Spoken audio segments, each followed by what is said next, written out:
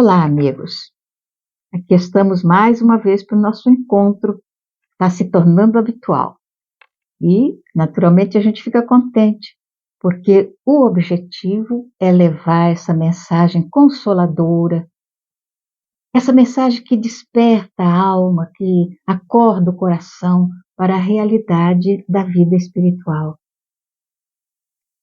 Tem um poema muito lindo que começa assim: cala-se o mundo a um luar de místicos valores. O vento lembra uma harpa tocar em surdina, brilha pela extensão do céu da Palestina, num prenúncio feliz, a estrela dos pastores. A vida acorda, e vendo o cálice das flores, a alma do homem sente o fulgor que o fascina. A ovelha bala, o boi muge, o pastor se inclina. Há um bálsamo em tudo a amenizar as dores. Jesus nasceu. É uma mensagem linda, mas nós estamos recordando agora o outro lado da moeda. Nós estamos falando a semana chamada Santa. Deveria ser, porque é quando a igreja tradicional tenta trazer ao coração do homem as lembranças mais realística possível da presença do Senhor Jesus nos últimos momentos que ele passou juntamente com seu colégio apostólico. É um esforço que paulatinamente foi se diluindo à medida que o tempo foi passando. É como uma pintura que fosse desbotando vagarosamente. Assim também essa lembrança, esse sonho de recordar Jesus também foi sendo diluído. E hoje falamos na Semana Santa, na sexta-feira da Paixão, mas não com o objetivo de lembrar Jesus, de lembrar a crucificação. Eu ouvi nesta semana toda a respeito da sexta-feira. É um feriadão. Então, as pessoas lembrando do feriadão, para onde você vai? Eu vou para a região dos lagos, eu vou para São Paulo, eu vou. Então, o feriadão é importante, mas o que é que significa esse feriadão? Se nós fôssemos fazer uma enquete perguntando o significado, possivelmente raros teriam condições de dizer o significado do feriadão. Poucos diriam que é uma referência ao dia em que o Senhor Jesus foi preso, à madrugada, quando ele foi preso, quando ele saía do Getsêmani, acompanhado dos 3 discípulos que o haviam acompanhado, e se encontra com os sacerdotes e os soldados que o buscavam.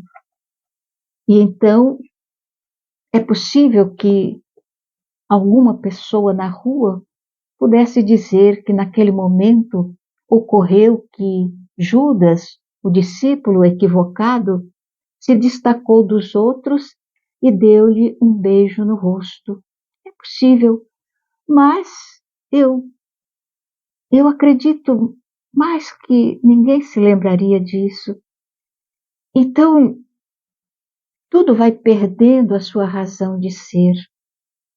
Mas eu gostaria que vocês, que nós, nos lembrássemos de que o domingo de Páscoa, depois da sexta-feira maior ou da sexta-feira santa, no domingo de Páscoa, para os judeus o significado é a libertação do Egito, quando todos saíram.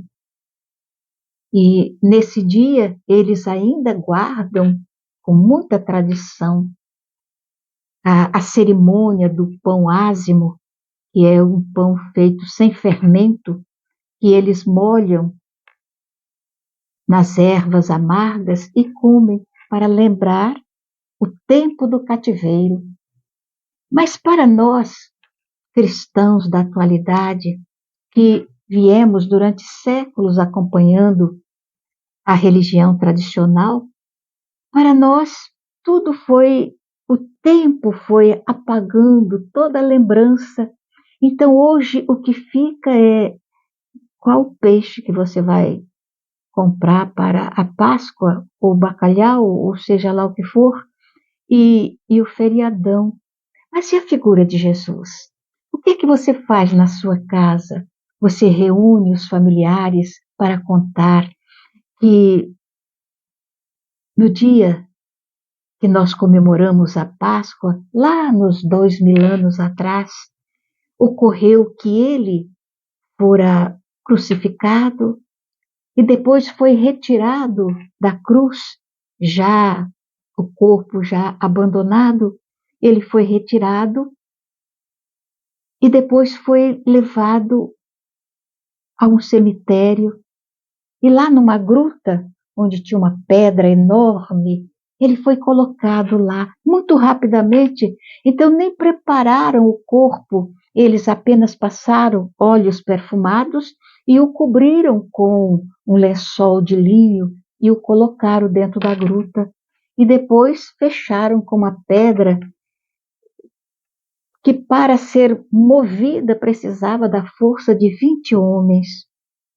E ele ficou ali a partir da sexta-feira de tarde, e no sábado ele permaneceu na gruta.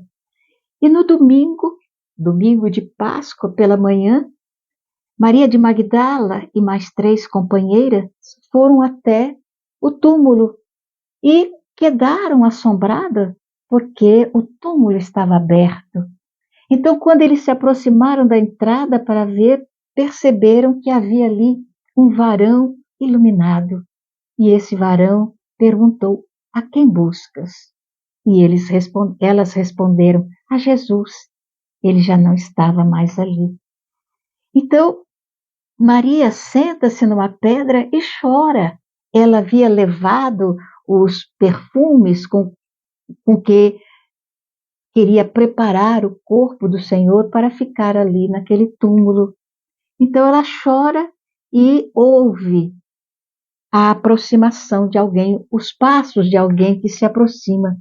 Ela pensa que é o jardineiro e ela diz a ele: levaram o meu Senhor.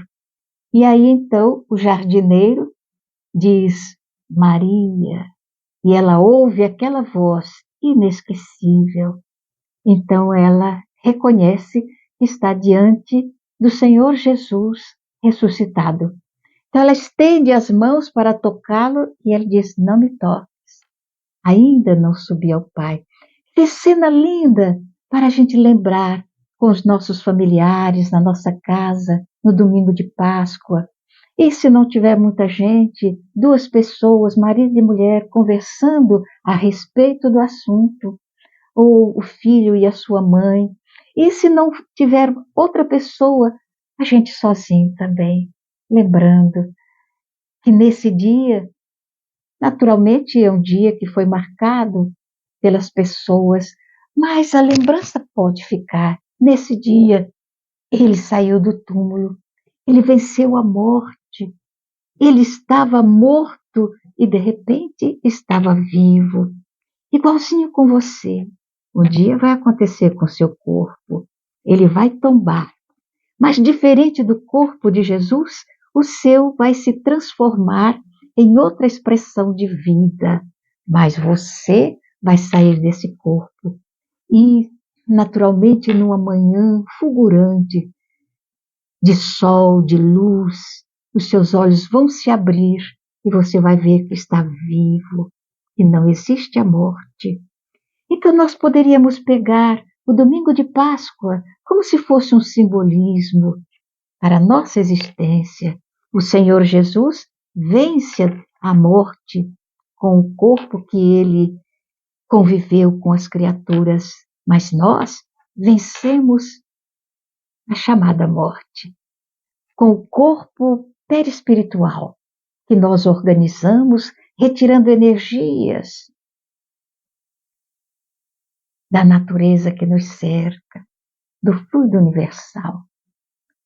continuando vivos, continuando a viver, exatamente como Jesus, a partir daquele dia especial em que ele diz para Maria, Maria, e ela o reconhece, ele fica com os discípulos mais 40 dias, até que no final desses 40 dias, ele se reúne com os 500 da Galileia e deixa as últimas recomendações.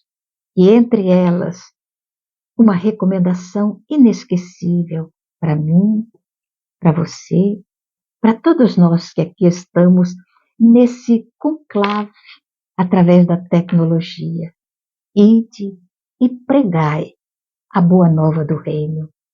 É o que a gente tenta fazer aqui. Eu, você, todos nós, buscando manter a lembrança do Senhor Jesus mais viva do que nunca, no momento de grande necessidade, como é o momento de agora. Paz para todos. Feliz Páscoa.